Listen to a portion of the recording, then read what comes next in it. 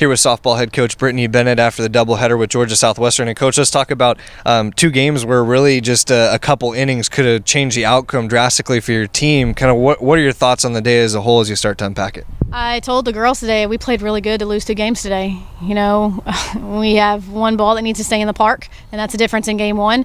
And, you know, they didn't really hit the ball hard to score their runners today, but they found a way to get it done, and they did it in the 7th inning, and we just couldn't push those runs. And it's disappointing. You can tell the frustration.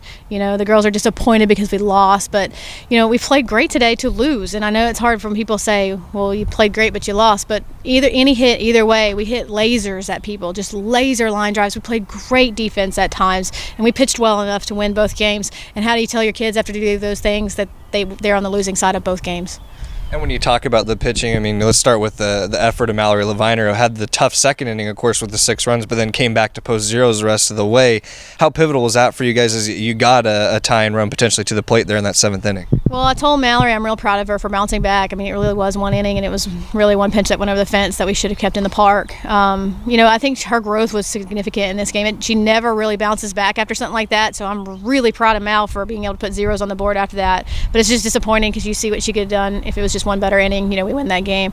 But, you know, I think we had the tying run up in the 7th of the first game with the opportunity to be successful, and we just didn't get it done there. But I mean, like I said, it doesn't matter if you film us in February, you film us in March or April. This team has heart and fight, and they play for each other, and it's been a tremendous season with them. But I just hate that they've been on the losing side so much. So now how do you talk to the team about going forward off of that? You guys have another big game, of course, doubleheader on Sunday, of course, against Columbus State. So how do you guys move forward from that? How do you talk about that as a team? Well, you know, we always play well against Columbus State, I think. This team, the seniors on the field have passed that down. So I always think we play well on senior day. I think we've played really well for the last 3 or 4.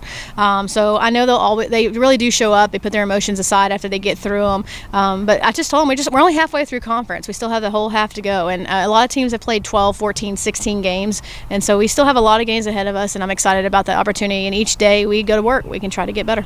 All right, Coach, we're looking forward to seeing you guys again. Short turnaround on Sunday. It'll be fun to watch the Braves on Senior Day. We'll see you then. Thank you. And hey, if we can get everybody out for Senior Day to support these girls that have put all this work in, that would be great.